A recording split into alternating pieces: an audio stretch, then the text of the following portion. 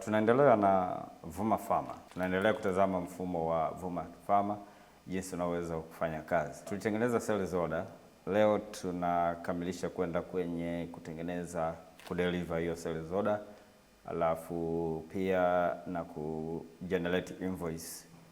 kugenerate invoice from sales order. Hapa tunapoona sasa hivi kwenye screen tunaona ni sales order detail. Lakini sales order yetu iko kwenye progress. Ukiangalia status hapa iko kwenye progress, kwenye pending status haijawa delivered. Sasa tuna click, do you want to mark the sales order as delivered? Important note to lead. Stock will be reduced from inventory. Cost of goods, salaries will be calculated and posted. The venue will be recognized. Order status will be changed to delivery. Kwa hiyo na click yes, mark as delivered. Successfully. Na order yetu hapa imekuwa tayari delivered. Sawa, imekuwa delivered. Kwa hiyo ukicheki hapa inakuwa order yetu iko delivered. Hapa sasa inakuonesha iko delivered na imekupa option hapa ya convert to invoice. Convert this order to invoice. Kwa hiyo hapa unaweza kugenerate this document, sales order. Unaweza kugenerate this sales order. Unavyoona hapa sales order. Jinsi inavyoonekana hapa. Hii ndio sales order. Hapa unaweza kugenerate delivery note. Delivery note ndio inavyoonekana hivi. This is delivery note. Performa invoice ina generate pia hapo na kwa generate delivery note kama unavyoona hapa, ina details za bank. Hii performa invoice, na hapa inakupa option ya ku convert to invoice. Kwa hiyo nikicreate hapa, nikiclick hapa inakupa option ya convert to invoice. You want to convert to, are you sure you want to convert sales order to invoice?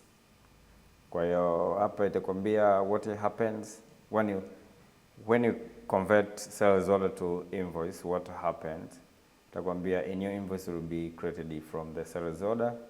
All order item will be transferred to the invoice. You can then send the invoice to the customer. Kwa hiyo unasema convert. Kwambia successfully, then view invoice.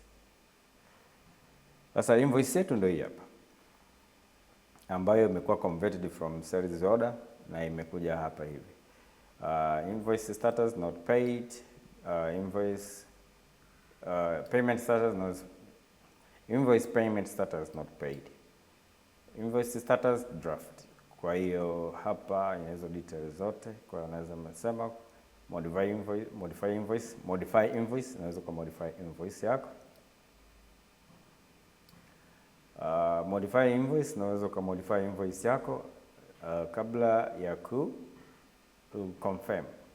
Lakini mimi hapa naona kila kitu kiko sawa, kwa hiyo hapa nasema confirm invoice. Na click hapa confirm. Inakwambia confirm invoice. Are you sure you want to confirm this invoice? Nakupa hizo taarifa zote important. Once confirmed, the invoice become a legal document and product lines cannot be edited. Sawa, unasema yes. Tayari invoice iko converted na imegenerate tayari document yako, unaweza ka view. Unaweza ka view invoice yako ndio hapa. This is invoice. Sawa, this is invoice. Kwa hiyo hapo unaweza ka send to customer na kupa option ya kusend direct to customer. Kwa hiyo hii unaweza ka send to customer invoice yako, unaweza ka record payment, takupa option ya ku record to payment option hapa. Sawa. Hii ndo namna ya kugenerate invoice. Unaweza ka cancel, unaweza ka view sales order. Sawa. Hiyo tu kwa leo. Asante, karibu tena Vuma Africa.